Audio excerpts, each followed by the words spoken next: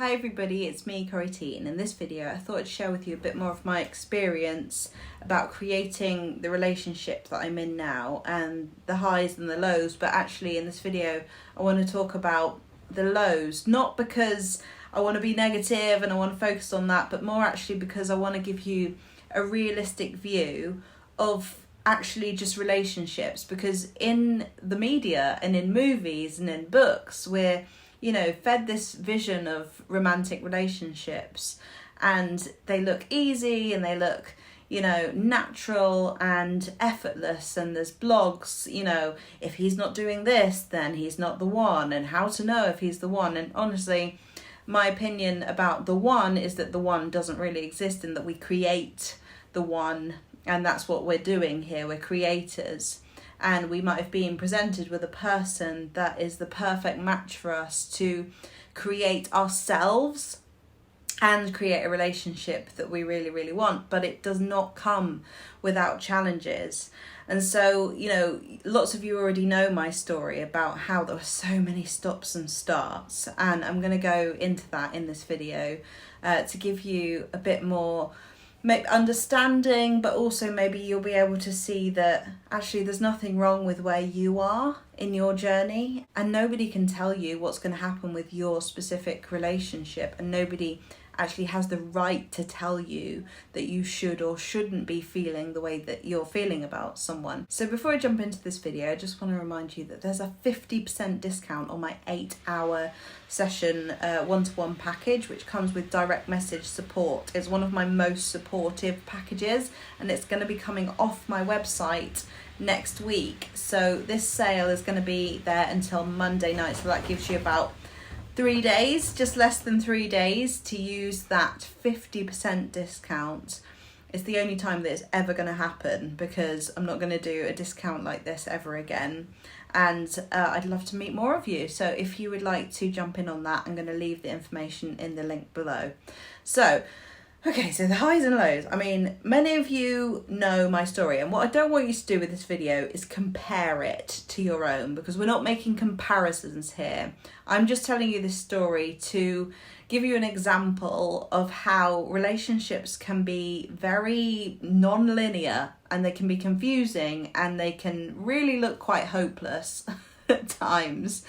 And actually, they can have very different stops and starts and different beginnings, and all sorts of things can happen in the course of a relationship. So whenever me and my partner met, it was very much like, oh my God, who are you? We had that immediate kind of connection. Not everybody has that though, by the way. Not everybody has that oh my God feeling. So if you haven't had that, that would be normal too. And it just grew over the weeks that we started to get to know each other, and I felt all of this, all of my attachment stuff came up, all of my anxiety, because the situation wasn't very good. It wasn't going to work at that time. He was completely not ready to be with me. I'm not going to go too much into this, but long story short, we were not together at that time. We just had this crazy connection, which was almost like it left me with this feeling of, I'm never going to feel like we finished this until we finish it, until this connection comes to something. And it always felt like for years like he was the one that got away. So this was like, whenever we stopped communication, there was like 3 or 4 years where we didn't really speak, and it always felt like there was this unfinished loop that I had, that I kept coming back to in my head, and it didn't rule my life, and I wasn't manifesting him consciously, at least, because thank God I didn't know about manifestation at that time. Because if I had, I think I would have just been really, really, obsessed with it, and that's what happened later. So I became obsessed with manifestation later. It was always like this unfinished business feeling, and it just went on for ages, but it didn't ruin my life. I got on with my life, and I was with someone else for nearly 2 years and had other experiences. I even had another, what I would call specific person, that I had a very intense connection with. It was different to the one that I have with my now partner, but it was still very intense, and it kind of opened my mind to make me think there are other people out there, you know, I'll be okay no matter what. But all of these things, I was learning lessons about myself, I was, you know, uncovering truths about myself, and he was just in the background, okay? He was just there. There were many times where we nearly met up and then we didn't. So many times where it was like, oh my God, are we going to meet up? And then we didn't. There would always be these disappointments. And it felt like that was just who I saw him as. This person who was like, you know, never quite there for me, never quite ready for me. And it just was just constantly disappointing for years, okay? And it wasn't like I was trying to make it be anything. I wasn't actually really holding on. It's just that I had this unfinished feeling.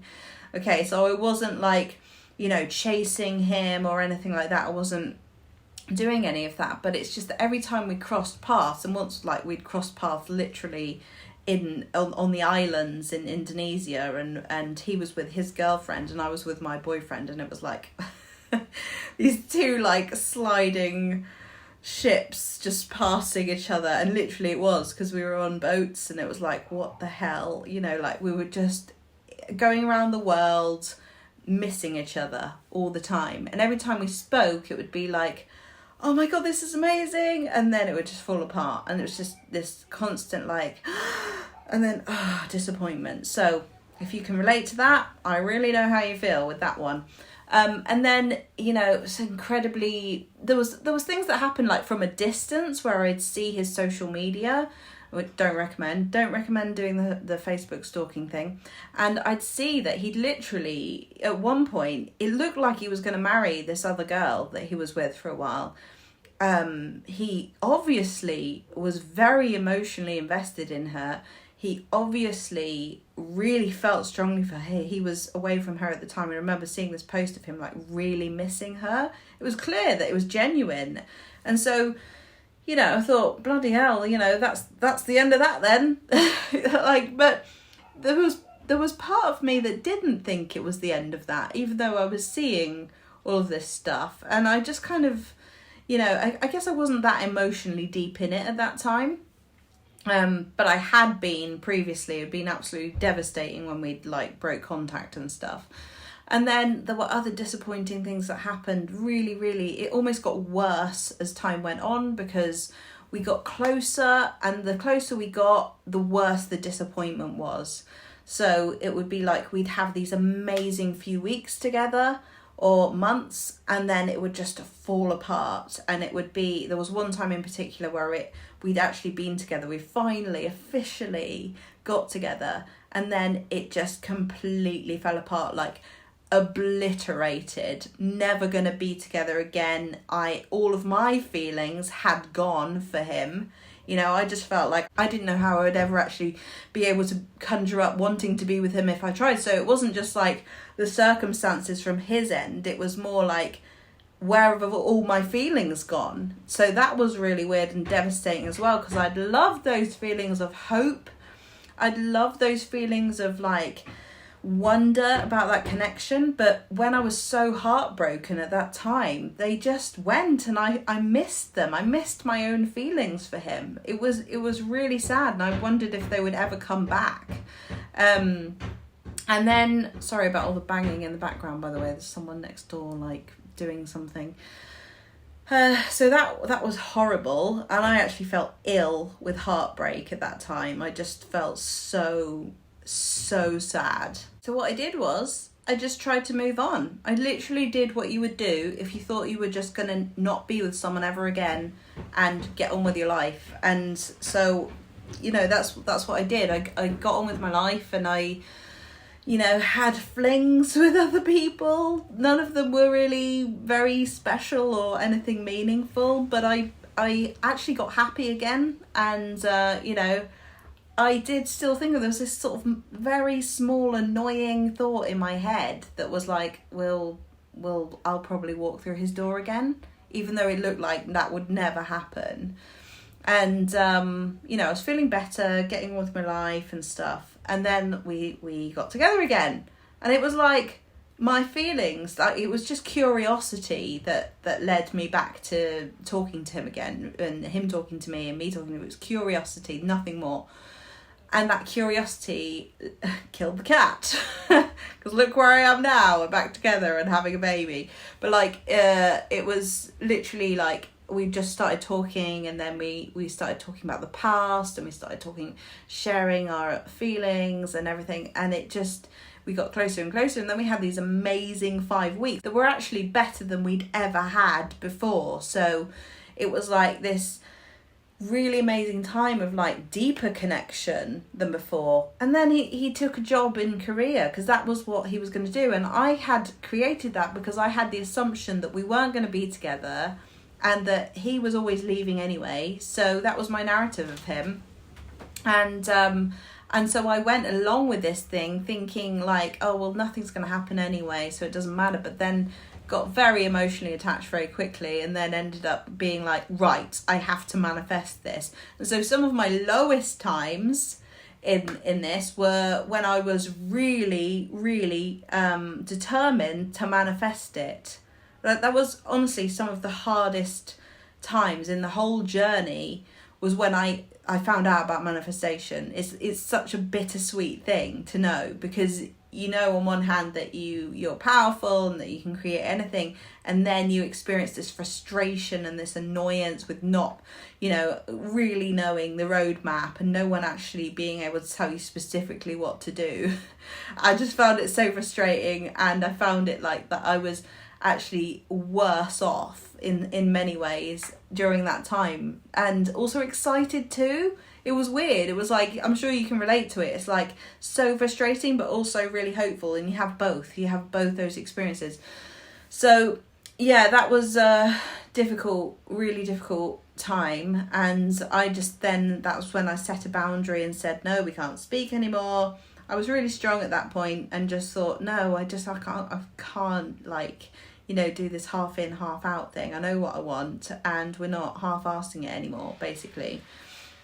So then went to Italy, had a depressing time. The first 3 months of being in Italy, I was really, really fed up, but then it got better because I started working on myself and just living for myself again. And then, this is like the whole thing of it can feel darkest before the dawn, because actually I think I might have mentioned before, like I felt so like I was having a really low day. I'd had loads of good days, and I was actually feeling generally better, and I'd had fun in Italy, I'd had my own experience, but I was so ready to go back to England and just get on with my life. I missed home, and I knew he was going home as well. So I was all agitated, and I was also really frustrated, because I thought if something doesn't happen now, then I felt like my life would be over, and I felt like it was just going to be so frustrating to feel those emotions again, another disappointment. And I was kind of in some way like feeling all of that. And then that's when we started speaking again. That's when I accidentally sent him that emoji, and that whole time I was quite anxious, because I was like, oh, like what's gonna happen, like are we going to meet again, or what is this? And I wasn't quite there. I wasn't in any way fully healed at all, and guess what, I'm still not.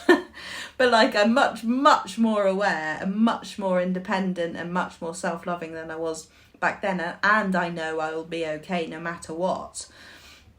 And so then I remember we started talking, and I was really stressed about it, because I was still very, very attached to what would happen next. So I went into the relationship, because it all happened just so quickly at that point. Like it literally happened within 2 days. Suddenly we were in a relationship on Facebook. It was crazy. And it was like, whoa, all of those months of thinking, will this ever happen? Am I deluded? And then literally we're like back together again.